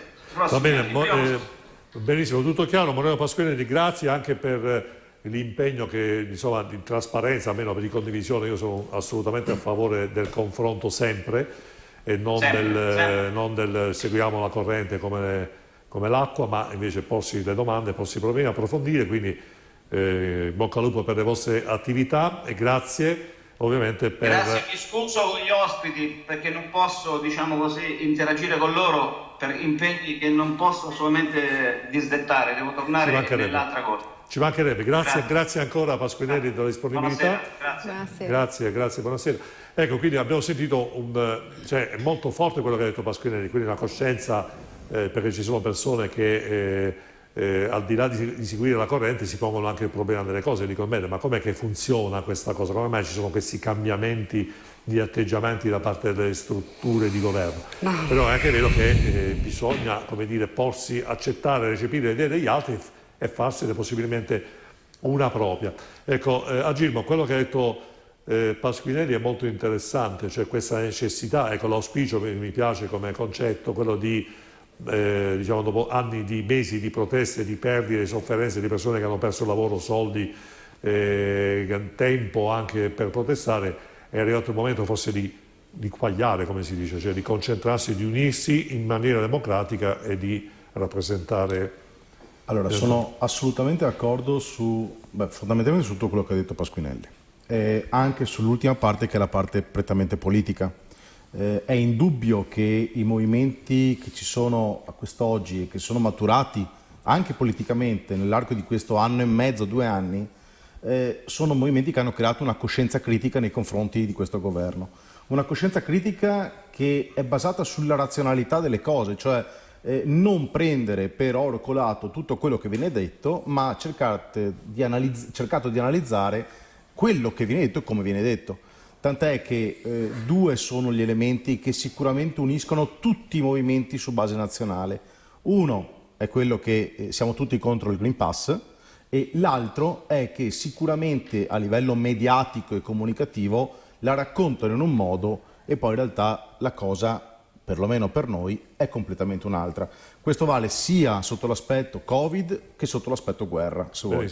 Sentiamo Stefano, c'è qualche commento, poi sentiamo Milanato, perché Milanato se no si sente Sì, escluso. c'era un commento proprio per Milanato. Ah, ecco, dedicato proprio. Bene, sentiamo. Allora, chiedo al deputato Marco Milanato. Che poi deputato non è. Aspirante. Ci spera. Non voglio andare a Roma. Aspirante deputato. Non voglio andare a Roma, sto troppo bene nel Veneto. Allora, visto che tutti, vaccinati e non, possiamo contagiare, ma solo ai non vaccinati viene chiesto il tampone per lavorare, come mai i deputati di Forza Italia non si sono mai dissociati dalle dichiarazioni offensive di compagni di partito come Brunetta? Tamponi come costo psichico per i non vaccinati e Ronzulli. I deputati dovrebbero avere rispetto di tutti i cittadini. I deputati e tutti i non vaccinati dovrebbero avere rispetto degli altri cittadini. Pari opportunità. Noi siamo seduti sopra 5 milioni di non vaccinati che sono una bomba sotto il culo, diciamolo chiaro e tondo, perché se arriva una nuova variante, e guardate che in Cina attualmente la situazione è peggiore di febbraio 2020, perché voglio vedere la nuova variante che sta nascendo, che caratteristiche porta, e per il momento la fortuna è che la Cina è chiusa e lì fanno un lockdown, ma non fanno un lockdown italiano come il Green Pass. Lì le strade le chiudono non con i muri, con cumuli di terra e bloccano tutto. Lì è tutta un'altra storia, per cui quando si viene a paragonare l'Italia e la Cina forse non si sa bene che cos'è la Cina e che cos'è l'Italia. In Italia esiste una libertà che è assoluta. Quindi vorresti essere in Cina? Però, no. Poi per quel che riguarda il Green Pass, non hai volevo risposto. chiedere a qui presenti, ma sono tutti disperati che dal 1° maggio salta il Green Pass? No, sei tu Cosa disperato. fate di Tu grosso? sei disperato. No. Tu sei disperato. È una disperazione Tu per sei voi. disperato Non perché non hai niente di tu cui sei parlare. disperato. Il 1° maggio, Tu sei cioè disperato. fra 20 giorni, finisce il Green Pass e voi Tu cosa sei fate? disperato. E Liberiamo l'Italia ha perso tutto il programma. Scusi, cosa no, fa? io Come mi fai chiedo come Poi facciate voi. È un'altra cosa, volevo sapere, la guerra, mi dica, la Russia non ha invaso l'Ucraina? Se Milanato adesso se ti metti a fare anche il conduttore è finita. Cioè, No, se vuole Perché rispondo. siccome ha detto che vuole un'altra visione della guerra, scambiamoci, dai, volevo sapere Perché qual non hai era altri l'altra argomenti. visione della Perché guerra. non hai altri Era l'altro argomenti. facciamo argomento rispondere, che volevo rispondiamo, sentire da Libertà. però ecco, al di là della polemica di Milanato, sembra molto No, il 1° maggio, molto- quello sarà che manca il molto Green Pass. simpatica di È una raccontare- disperazione, è un di disastro. raccontare le cose, però ecco, Lova Ci mancherà? ha detto una cosa no. interessante, A è uno stimolo a ragionarci. Cioè, in effetti, diciamoci la verità, molti movimenti hanno cavalcato l'onda della protesta, no? Cioè, il Green Pass, però domani ve lo tolgono. Che cosa succede? Cioè, non nel è vero, senso- questa è un'assoluta menzogna. Speranza l'ho detto chiaramente, l'impianto del Green Pass rimane. Il 1° Punto. maggio viene tolto. Non è vero, Viene tolto. non è vero, questa è una Viene menzogna, tolto, non si viene possono tolto. raccontare palle. Guarda, ci troviamo Lo ha qui detto fra un Speranza, mese, chiaro fra e un tondo. mese ci troviamo qui. Lo ha detto chiaro e tondo Facciamo un'altra Speranza, trasmissione, l'impianto ma- rimane pronto a essere riattivato in caso di necessità. è lì il problema. Pronto ad essere attivato, vuol dire che viene tolto? No, che ma rimane. tutto il lavoro che è stato fatto, che ha ridotto la quantità dei morti, non lo buttiamo nel cesso, perché è un lavoro favoloso che voi non sapete apprezzare, ma che la maggioranza degli italiani ha apprezzato, e quindi riviene messo da parte. Ma sparisce. Quando finisce di parlare... Vada. Allora, sapevo che era... Studi, invece di parlare di quello che non sa. Classifica della Costituzione. Studi, anziché parlare di quello che non sa. Studi. Non citi la Costituzione se non è un costituzionalista. Stia zitto. E non dica nemmeno che viene tolto l'impianto del Green Pass se invece viene lasciato lì. Viene tolto il Green Pass. Nel senso che la signora può aprire il bar tranquillamente? Sì, fino a quando sono le libertà ottriate. Questa non è più democrazia. Guardi, ancora parla lui. Ancora parla lui. Allora, facciamo parlare, dai. Le libertà ottriate non sono libertà. Un popolo sovrano è tale quando è libero, non quando le libertà gliele concede lo Stato. Questa non è più democrazia. Nel momento in cui passa la norma che è lo Stato che decide se tu puoi godere o no di un diritto che dovrebbe essere innato, questa non è più democrazia, ma è burocrazia, tecnocrazia. Ed è la transizione digitale che hanno annunciato chiaramente dal World Economic Forum. Lo hanno detto, lo hanno scritto in libri, lo stanno dichiarando il mondo. L'identità digitale di cui parlava prima l'ospite, che sta facendo passi avanti in Emilia-Romagna, dove non a caso i leader sono di area mondialista. Il mondialismo è il totalitarismo del XXI secolo. Va fatta un'azione di presa di coscienza generale, perché qui, come ha detto bene prima l'ospite Pasquinelli, sì. Condivido tutto. C'è oggi un mio articolo in un blog che parla di queste cose, il blog di Aldo Maria Valli, letto in tutto il mondo, parla proprio di queste cose. Noi dobbiamo fare un'attività di sensibilizzazione, perché così come con la pandemia hanno introdotto la transizione digitale, che resta, altro che viene tolta, con il conflitto danno vita parallelamente alla transizione ecologica, la transizione alimentare, la transizione energetica. Ma sono cose dichiarate, non se ne inventa Lovat qua. Le ha lette dove? Sul sito del World Economic Forum, sui libri di Schwab. Sono cose aperte, dette davanti a tutti. Queste cose la gente non le sa perché ascolta il TG1, il TG5, Sky TG24, si informa sui mass media nazionali popolari e non sa quello che sta bollendo in pentola. Noi riusciamo invece a dare qualche informazione un po' diversa. Mi è piaciuto un post di una persona che ha scritto, riferito al Terminal, se volevamo sentire le solite cose andavamo sulla TV nazionale, e che qua piace anche il confronto, cioè nel senso, come è un eccesso magari la TV nazionale dove si sente solo la solita musica, per converso non dobbiamo fare anche noi lo stesso errore, passatemi il termine. E invece il bello del confronto, ricordiamoci il nome della trasmissione, è proprio questa: insieme idee e persone anche con atteggiamenti diversi.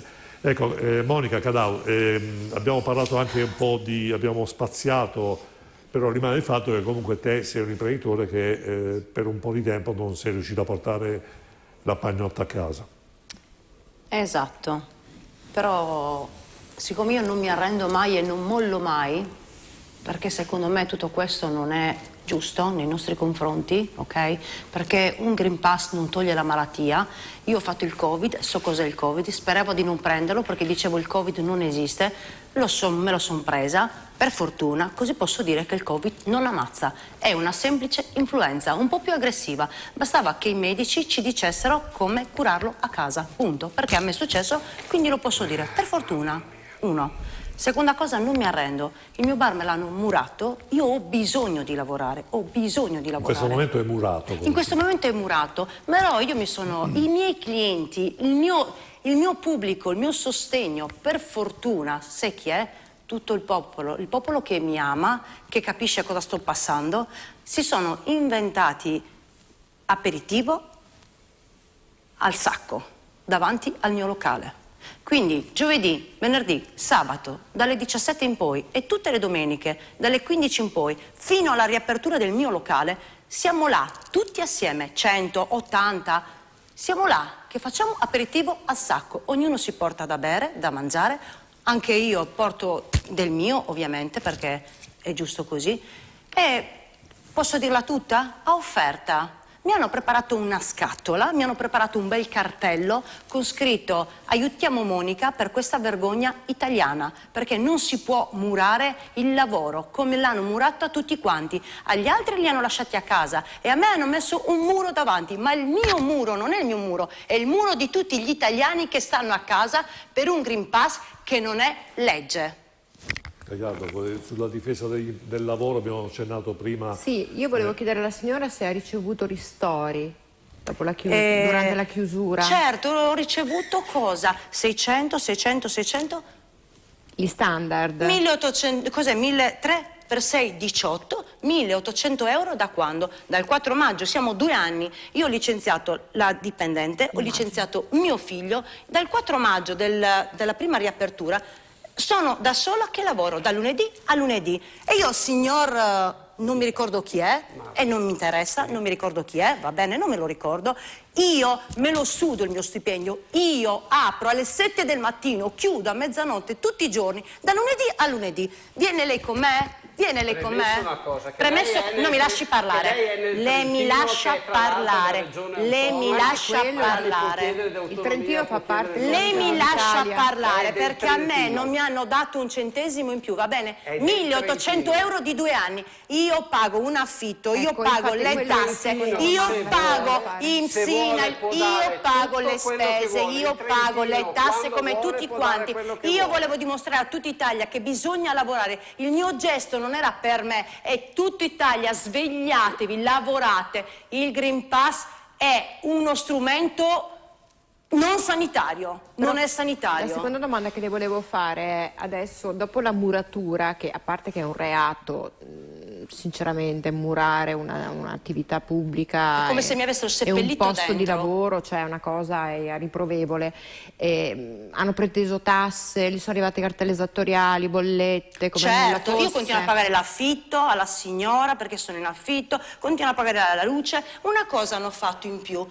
Il comune di Borgo Valsugana, il sindaco di Borgo Valsugana ha chiesto all'agenzia Dolomiti di staccarmi il gas. Quindi il 23 mi hanno murato il bar e io al 24 ho avuto lo stacco del gas e non l'ho saputo al 24, l'ho saputo per una mail perché cercavo le mail per dare i documenti al mio avvocato e in quel frattempo mi arriva la mail. Alle 6 del mattino mi è arrivata la mail, come da lei richiesto stacchiamo il gas in via Giamaolle come da me ho chiamato, gli ho detto scusi io non ho fatto nessuna richiesta, di pomeriggio ho richiamato, anzi mi hanno richiamato e mi hanno detto sì guardi in concordanza con la caserma di Borgo il sindaco di Borgo Valsugana ha deciso Galvan. Ma è giusto per fargli pubblicità? Adesso non mi viene in mente. Vabbè, Galvan, comunque il sindaco di Borgo Valsugana che lo ringrazio per avermi murato il bar. Ci sarebbe un'altra cosa, ma meglio non dirla, che dirò più avanti. Quindi loro si sono permessi di staccarmi il gas. Mi hanno chiuso il bar. Io voglio dire una cosa molto importante che non ho mai detto. Ma se per disgrazia succede qualcosa all'interno del mio locale, chiamano i vigili del fuoco, mi spiegate da che parte entrano, se ci sono i muri, ci sono le grate, cosa succede? Esplode il palazzo. Esplode. È colpa mia? È colpa mia? Invitiamo il Volevo sindaco. sottolineare che è una regione autonoma, lei è una regione autonoma. Per par condicio invitiamo il sindaco del comune di Borgo Valsugana a dire la sua, sia piacere di dire l'autonomia. È una decisione regionale e perché questo è grave, zitto. È regionale. Però il problema fondamentale non ne ho avuto soldi della regione. Esatto, me li dà colpa lei. dell'autonomia. Vede che l'autonomia non è tutto rosa e fiori. Visto che lei parla perché ha i soldi, parla perché ha uno stipendio, parla perché ha uno stipendio. Io sono all'Astrico grazie al sindaco di Borgo Valsugana. Esatto, faccia nome e cognome per carità. Va bene, va bene. Io avrei trovato una soluzione diversa. Certo, me la trovi lei per lavorare. Mi apre un bar, me lo apre un bar, me la dà la licenza. Mi hanno ritirato la licenza. Col dialogo si fa tutto. Mi hanno ritirato la licenza. Dopo dipende dal dialogo, ripeto. Mi apre un bar, io vado da qualsiasi Ma lei parte. faccia un dialogo, io sono convinto che se lei dialoga con la gente, sicuro trova una soluzione. Non si può arrivare a murare un locale, qualcosa è successo. Certo, perché li ho messi sul diciamo una cosa. Facebook. Minato, scusami, diciamo una cosa, che chi vuole dire la sua anche sui social, oppure magari regia, raccogliamo una telefonata, sindaco, c'è qualcuno che però la vede in maniera diversa, lo ascoltiamo volentieri.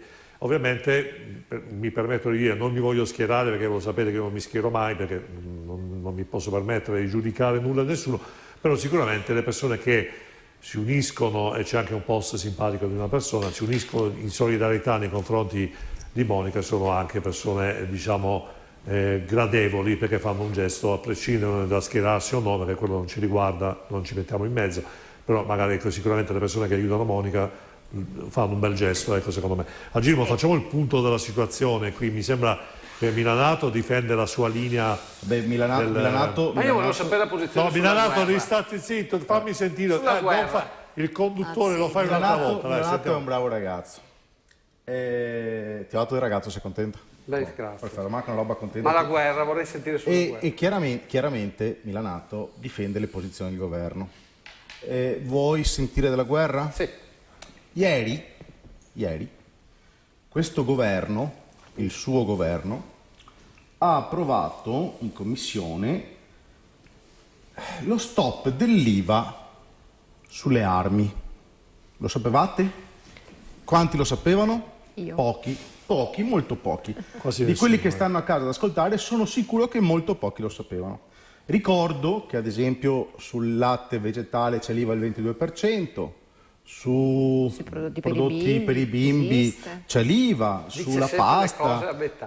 Posso continuare? Sì. Stai zitto, grazie. Allora, una volta. Allora, quindi, diciamo così, questo governo ha deciso di approvare il taglio totale dell'IVA sulle armi. Però questa non è l'unica novità, ce n'è un'altra. In realtà questo governo ha approvato una direttiva dell'Unione Europea datata 16 dicembre 2019. Cioè, il 16 dicembre del 2019 una direttiva europea consigliava, la faccio semplice, consigliava gli Stati membri dell'Unione Europea di tagliare l'IVA sulle armi. Forse avevano già in mente qualcosa? Non so, è un dubbio che mi sorge spontanea, oppure sono, come dice l'avvocato, assolutamente lungimiranti. Ma è la cosa fantastica, basta leggerla, è qui, quindi leggo, perché è bellissima. Allora, in buona sostanza, il Parlamento, o meglio la Commissione, non ha detto siamo favorevoli a togliere l'IVA. Hanno detto noi non mettiamo elementi ostativi. È geniale!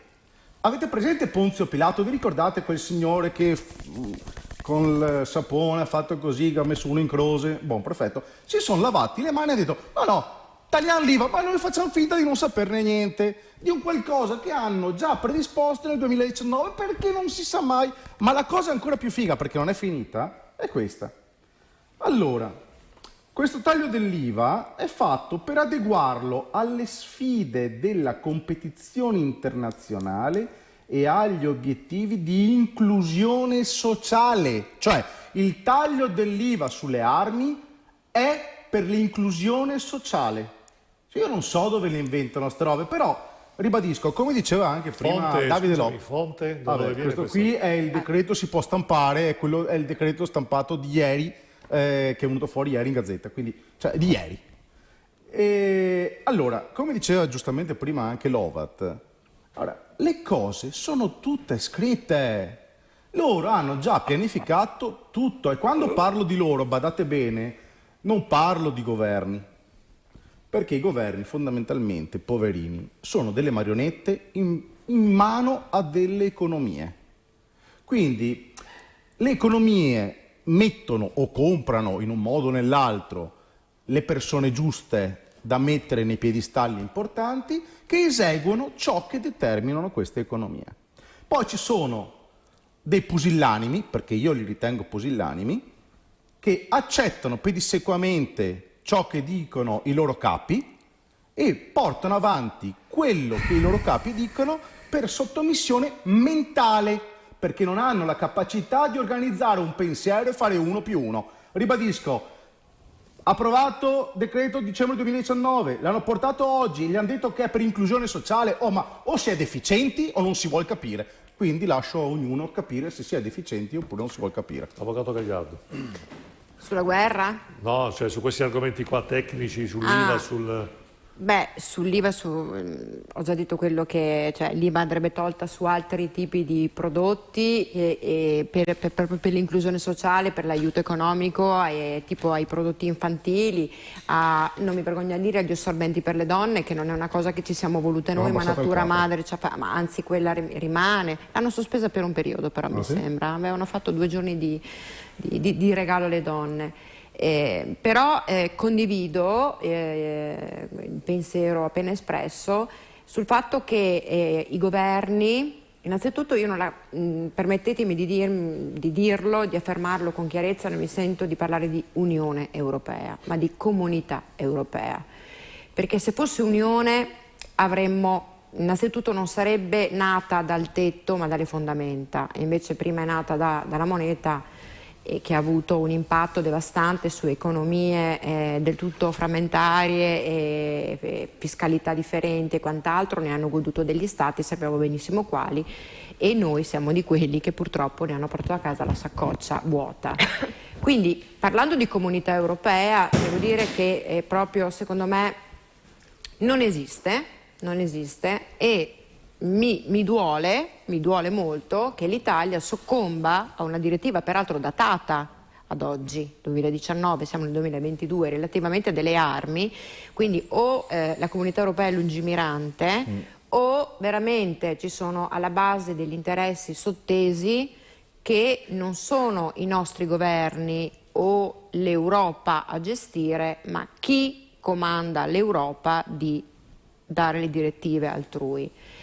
Volevo premettere che non mi sono permessa di chiamare Unione Europea perché anche sulla questione vaccinale, come su tante altre questioni, ogni paese europeo ha avuto la sua idea, ha preso il suo percorso, ha attuato i suoi metodi, ogni paese aveva un impatto differente. Ci proclamavano con gravità assoluta che l'Inghilterra stava morendo a frotte per le strade quando un giornalista, non uno qualunque, del Sole 24 Ore, inviato da Londra, ha rassicurato la madre in diretta televisiva dicendo qua è tutto sotto controllo, si gira senza mascherina, è tutto a posto. Quindi anche a livello mediatico secondo me veramente ci vogliono far passare dei messaggi. Sì, beh, questo è indubbio. Anche per esempio abbastanza particolari. Un'altra cosa interessante che l'abbiamo detto la puntata scorsa, che il nostro ministro Speranza ha detto bisogna fare una concertazione a livello europeo per parlare della quarta dose, quando ci sono nazioni che magari non hanno Israele ha già iniziato, non è dell'Unione Europea, ma ci sono paesi che hanno già iniziato, ma quando il ministro Speranza, per tutto il rispetto che porto per ogni singola persona, ma nella qualità di ministro, Dio me ne voglia, sinceramente se io fossi stato Mario Draghi chiamato da Mattarella a soccombere alla crisi economica creata post-Covid, e si sa che Mario Draghi non è un politico, quindi l'acume del politico non ce l'ha, sarà stato un bravo economista, è stato capo della BCE, ha avuto dei ruoli internazionali molto importanti, europei molto importanti, ma sinceramente quando io mi sono trovato presidente del Consiglio di nomina presidenziale, il ministro che aveva cambiato sarebbe stato primo Speranza, perché è capo di un dicastero dove c'era la crisi emergenziale in esplosione. Secondo, Dio me ne voglia, anche qui il ministro Lamorgese, non so se avete letto le ultime dichiarazioni di questi giorni, che vuole impedire l'inseguimento dei ladri per evitare gli incidenti alle pattuglie. E poi, vabbè, tantissimi, Di Maio che come ministro degli esteri, la diplomazia che ha usato anche nel caso di questo conflitto Russia e Ucraina è stato andare a assaggiare i menù internazionali piuttosto che andare a mediare, insomma, facendo delle figuracce, perché ritengo che quando un ministro degli esteri del mio governo, perché sono italiana e ne sono orgogliosa di essere italiana, dà della bestia a Putin, per quanto Putin possa essere criticato e giudicato bene o male, ognuno ha la sua idea su Putin e su Zelensky, dare del maiale, non so se gli abbia dato della bestia, del maiale, del porco, gliene dette di ogni, non è certo un gesto diplomatico. Moderato. Come? È stato anche moderato. Bene, lanciamo la pubblicità, l'ultimo stacchetto, poi torniamo qua in diretta.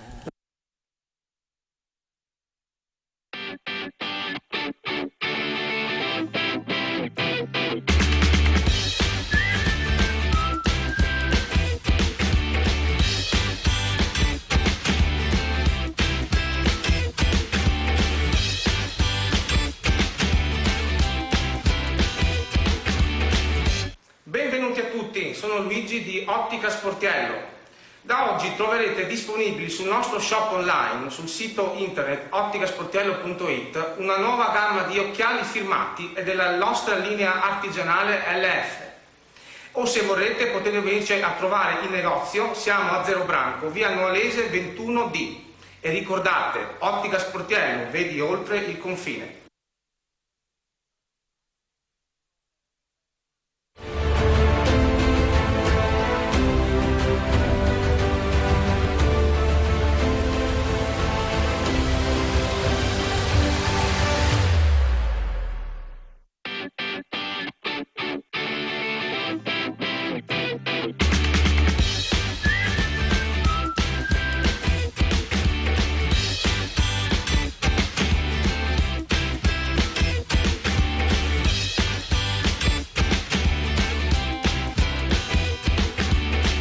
Il Centro Consorzi presenta Uni Dolomiti, il nuovo settore dedicato all'università e all'alta formazione. Ampie le possibilità di scelta con la triennale di mediazione linguistica classe L12 con 4 diversi indirizzi: criminologico, marketing e comunicazione per l'impresa, turismo e sviluppo locale, agroalimentare e sostenibilità ambientale. E ancora convenzioni con le maggiori università online. Una scelta anche per lavoratori di 84 indirizzi e corsi di alta formazione con la libera accademia Indef di Bellinzona.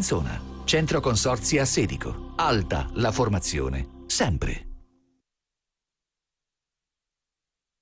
Ecco, qua di nuovo in diretta, ecco, diciamo che una domanda sembra sul discorso dei vaccini, però ecco, diciamo Milanato che se continui così, Milanato, ti toglierò dei punti su Green Pass. Okay. Perché quindi non potrai più venire in trasmissione, lo dico per te perché è così. Ma dal 1° maggio non c'è più.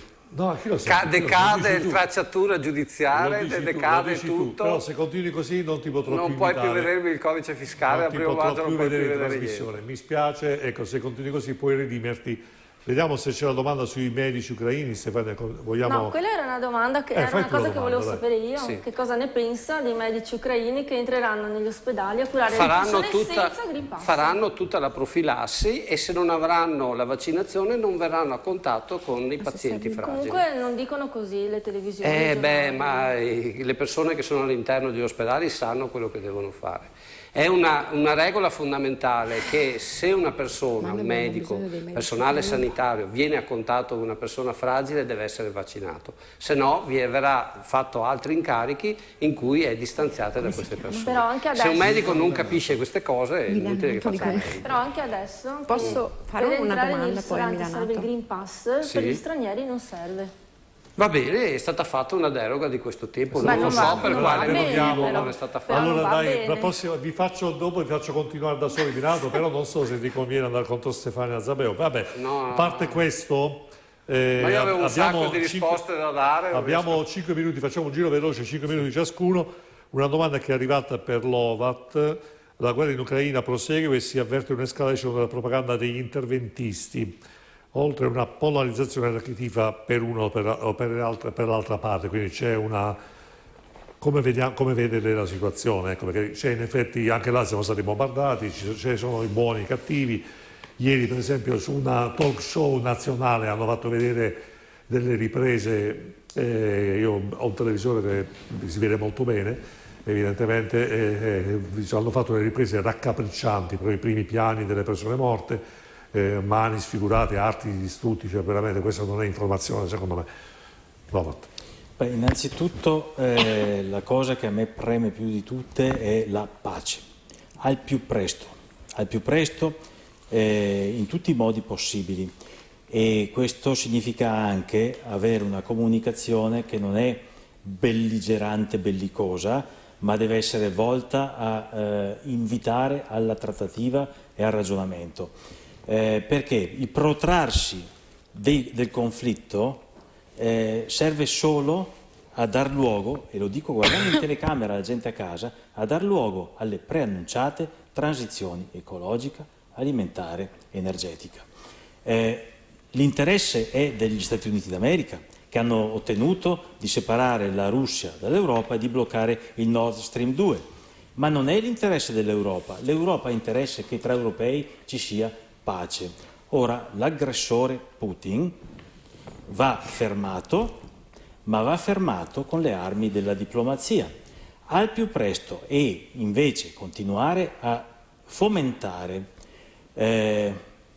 la retorica belligerante di un Zelensky che non è uno stinco di santo, perché lì il conflitto va avanti da 8 anni e non è iniziato con un'aggressione russa, continuare a fomentare la retorica belligerante non è interesse dell'Europa. Allora non bisogna fare il tifo, bisogna riconoscere chi è l'aggressore, su questo io non ho alcun dubbio, però bisogna evitare di farsi trascinare nella logica della contrapposizione, perché l'interesse degli europei non è quello degli americani in questa situazione.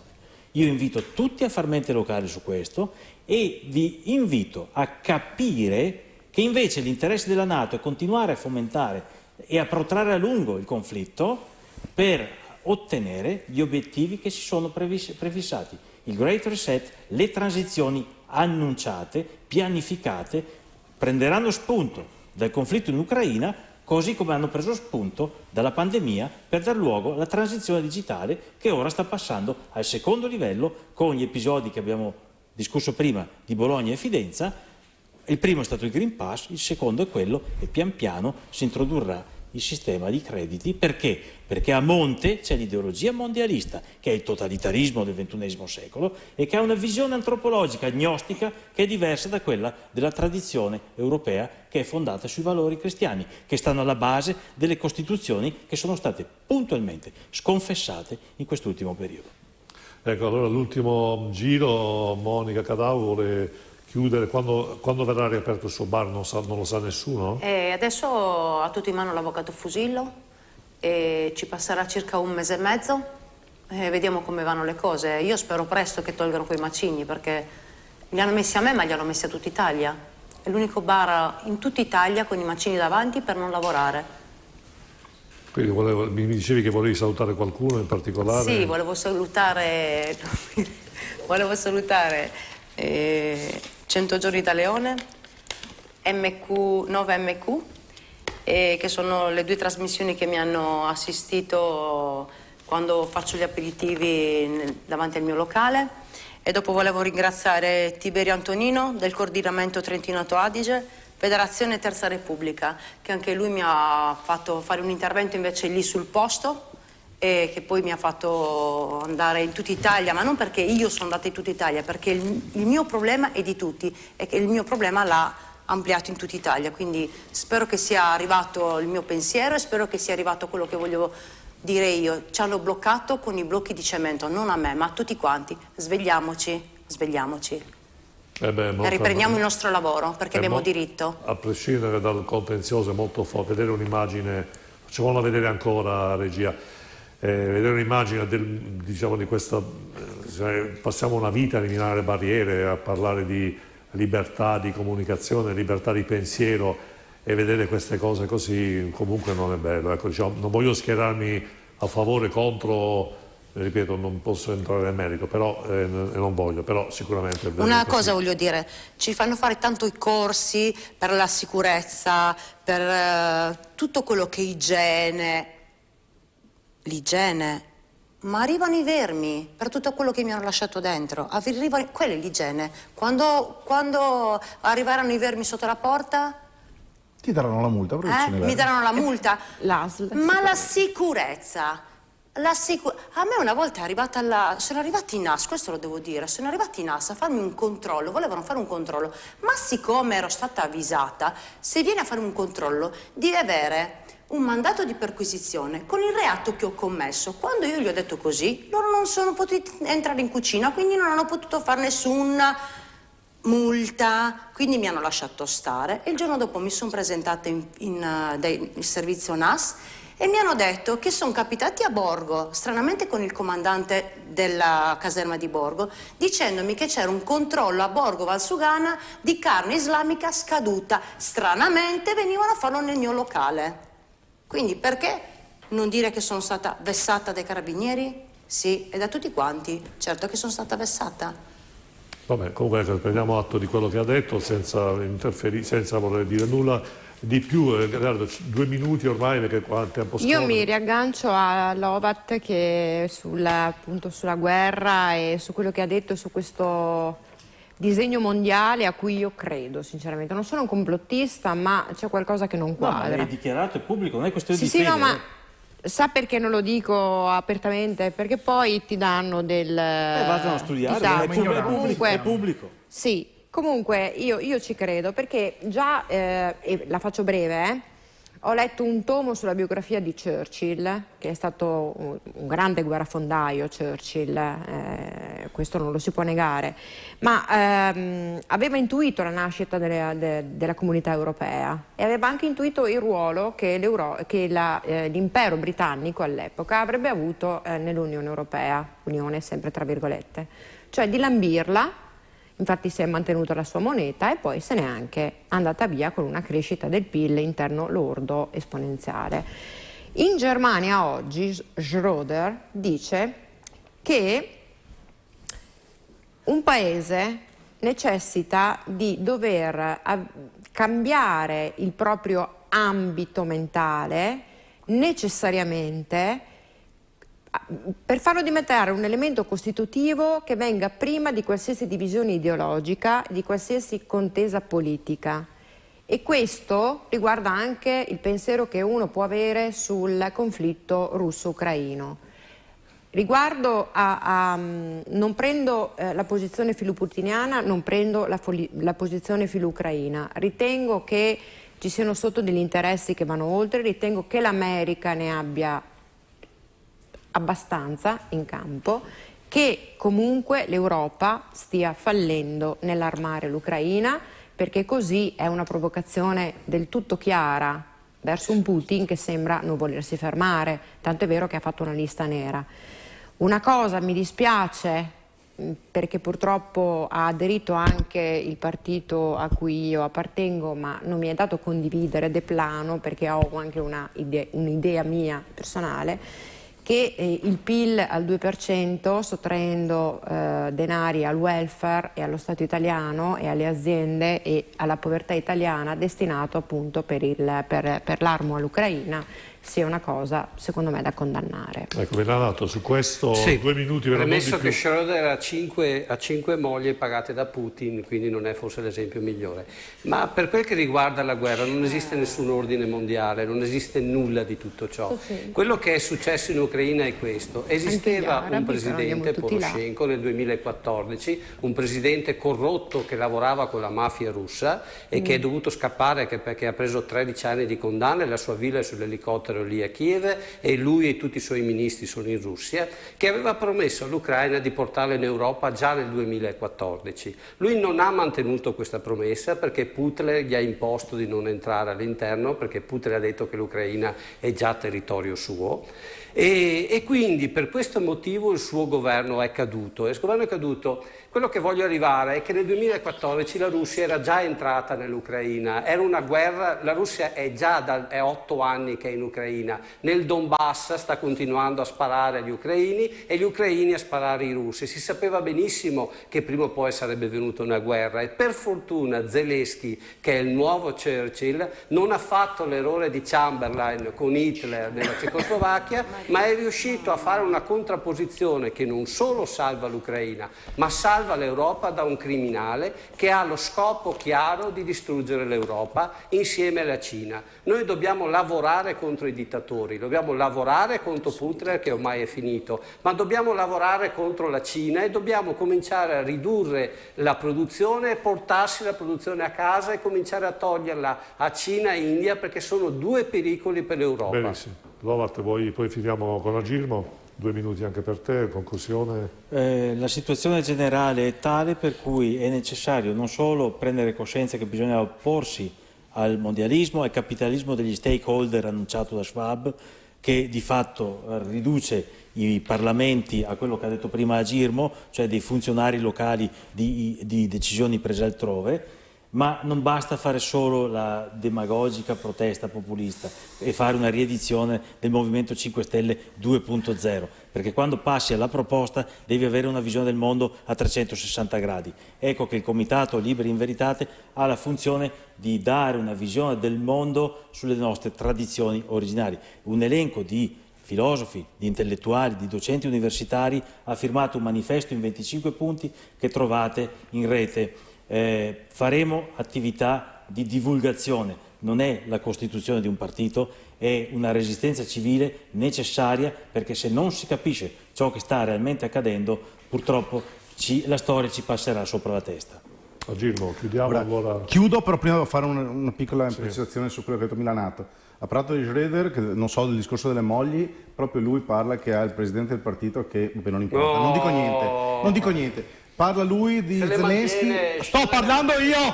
Facciamo Milanato, facciamo parlare. Chiaro? Altri 2 punti su Green Pass. Allora, se sta zitto il signore, bene, cortesemente. Allora, secondo, Zelensky sarebbe Churchill. Zelensky è uno che ha fatto i filmini dove faceva anche mosse da trans. Vabbè, non importa. Chiudiamo con le cose serie, perché quello che ha detto Milanato stasera, dal mio punto di vista, e dal mio punto di vista sono delle idiozie una peggio dell'altra, però dal mio punto di vista, e chiedo vegna per gli altri che credono che Milanato sia una mente. Allora, ricordo a tutti, perché forse a qualcuno è sfuggito, che l'Italia è l'unico paese al mondo che ha lo stato di emergenza per guerra. L'unico paese al mondo. Cioè non è, la Polonia ce l'ha a un tiro di fucile, l'Italia è l'unico paese. Vorrei ricordare un'altra cosa, l'articolo 60 della Costituzione. Lo leggo perché dopo dicono che io sono informato. Allora, però dato che non ho una buona memoria, lo leggo. Articolo 60. La Camera dei Deputati e il Senato della Repubblica sono eletti per 5 anni. La durata di ciascuna Camera non può essere prorogata se non per legge e soltanto in caso di guerra. Allora, come diceva prima Pasquinelli, a pensar male si fa peccato, ma spesso ci si azzecca. Io non so cosa succederà qui a breve, ma se sto governo è convinto di poter fare la transizione ecologica, di poter spendere i soldi del PNRR che non ci sono già più, ok? Vuol dire che ha una visione a lunga gittata. Ma a lunga gittata, teoricamente a maggio dell'anno prossimo si dovrebbe votare. E io dubito che gli italiani siano così poco attenti a dare la fiducia ancora a degli scellerati che stanno rovinando completamente il bel paese di una volta. Oggi tu hai i ragazzi, li guardi e sono tristi. La gente è triste, cioè la gente è veramente alla canna del gas, ma non perché gli manca il gas, perché non ha escape per pagare niente, cioè a meno che non siano dei personaggi come una cosa solo, ma rapidissimo, proprio 3 secondi. Le elezioni vengono sospese in caso di guerra, non di stato di emergenza. Certo, sì. No, voglio dirlo perché nessuno provi ad approfittare dello stato d'emergenza. Nessuno ci provi. Ringraziamo Moreno Pasquinelli che Liberiamo l'Italia. Marco Milanato, dirigente Forza Italia, mi spiace, hai perso i punti per venire in trasmissione. Ma recupererò la prossima. Ti tocca fare qualcosa anche con Stefania, non lo so, vedi tu. Se continui così mi sa che qua ti toglieranno il Green Pass se continui così. Ovviamente scherziamo. Davide Lovat, Comitato Liberi in Veritate, Monica Cadao, imprenditrice, Roberto Gimbo, Associazione Soccorso Veneto, l'avvocato Elena Gagliardo, opinionista. Ovviamente noi diamo spazio a tutti, se qualcuno non la pensa in un modo o nell'altro ovviamente non ci tocca, non vogliamo entrare nel merito, diamo spazio a tutti, la democrazia è anche questa e vogliamo insegnarlo anche a quelli che invece fanno le puntate mono-tema. Noi ci siamo anche mercoledì prossimo, ricordiamo il nuovo motto: ci vediamo alle 21 sul 121, una fantasia pazzesca. Grazie, alla prossima. Questa è bella.